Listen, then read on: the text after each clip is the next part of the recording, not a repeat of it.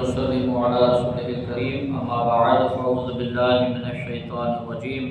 بسم الله الرحمن الرحيم إن الله وملائكته يصلون على النبي يا أيها الذين آمنوا صلوا عليه وسلموا تسليما اللهم صل على سيدنا مولانا محمد وعلى سيدنا مولانا محمد وبارك وسلم صلاة وسلام عليك يا رسول الله صلی اللہ تعالی علیہ وآلہ وسلم۔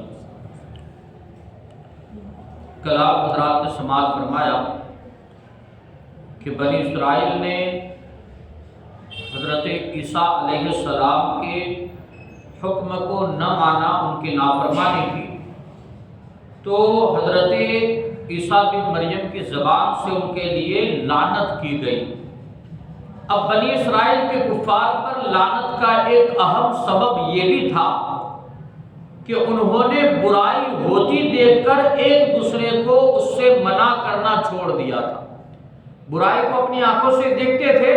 لیکن کیا ہے اسے روکتے نہیں تھے، اسے برائی کرنے والے کو برائی سے منع نہیں کرتے تھے کہ بھائی تو یہ غلط کام کر رہا ہے، تجھے ایسا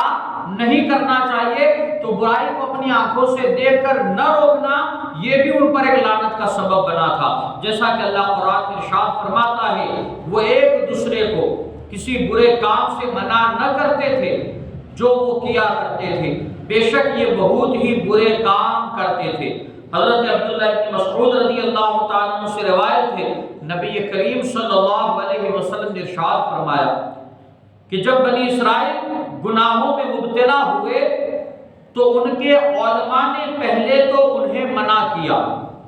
جب وہ باز نہ آئے تو پھر وہ علماء بھی ان سے مل گئے اور کھانے پینے اٹھنے بیٹھنے میں ان کے ساتھ شامل ہو گئے۔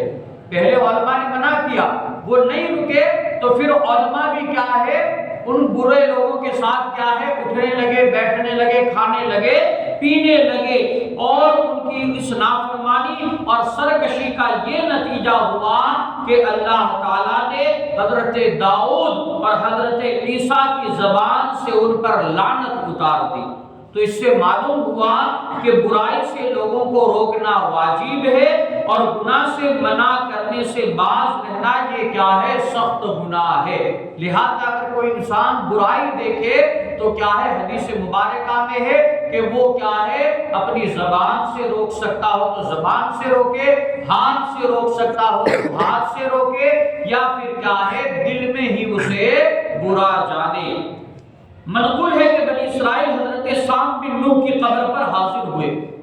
اور حضرت عیسیٰ علیہ السلام کی بارگاہ میں عرض کی اے رب اللہ، آپ اللہ تعالیٰ سے دعا فرمائیں کہ وہ اس قبر والے کو زندہ فرمائے تاکہ ہم اس سے موت کے بارے میں پوچھ سکیں۔ حضرت عیسیٰ علیہ السلام نے دعا فرمائی تو اللہ تعالیٰ نے حضرت سام بن نوح کو زندہ فرمایا۔ وہ کھڑے ہوئے تو حضرت عیسیٰ علیہ السلام نے دیکھا کہ ان کے سر اور داڑھی کے بال سفید تھے، تو آپ نے دریافت فرمایا کہ یہ بڑھاپا تو آپ کے زمانے میں نہیں تھا۔ انہوں نے جواب دیا کہ جب میں نے ندا سنی، آپ کی آواز سنی، تو گمان ہوا کہ شاید قیامت قائم ہو گئی ہے، تو اس کی ہیبت سے میرے سر اور داڑھی کے بال سفید ہو گئے۔ حضرت عیسیٰ علیہ السلام نے پھر پوچھا کہ اس دار فنا سے کچھ کیے ہوئے کتنی مدت ہو گئی، یعنی تمہارے انتقال کو، تمہاری روح قبض کیے ہوئے کیا ہے کتنی مدت ہو گئی، کتنے سال ہو گئے؟ تو انہوں نے جواب دیا کہ مجھے اس دنیا سے رخصت ہوئے 4000 سال گزر چکے ہیں۔ کتنے سال؟ 4000 سال گزر چکے ہیں، لیکن موت کی کڑواہٹ ابھی تک مجھ سے دور نہیں ہوئی ہے۔ دیکھیے نزا کی جو کیفیت ہوتی ہے نا، موت کے آخری لمحات، دنیا سے جانے کے آخری لمحات جسے نزا کی کیفیت کہتے ہیں، تو لہذا وہ کیفیت کو بیان فرما رہے ہیں حضرت سام بن نوح کہ مجھے دنیا سے گئے ہوئے تو 4000 سال گزر چکے ہیں، لیکن وہ موت کی کیفیت، وہ موت کے وقت کی کڑواہٹ اب بھی کیا ہے میرے جسم میں باقی ہے۔ رب قدیر کی بارگاہ میں دعا ہے اللہ تبارک و تعالی تمام مومنین مسلمان کو نزا اور سکرات کی کیفیت سے محفوظ عطا فرمائے اور علم دین سمجھ کر اس پر عمل کرنے کی نیک توفیق عطا فرمائے۔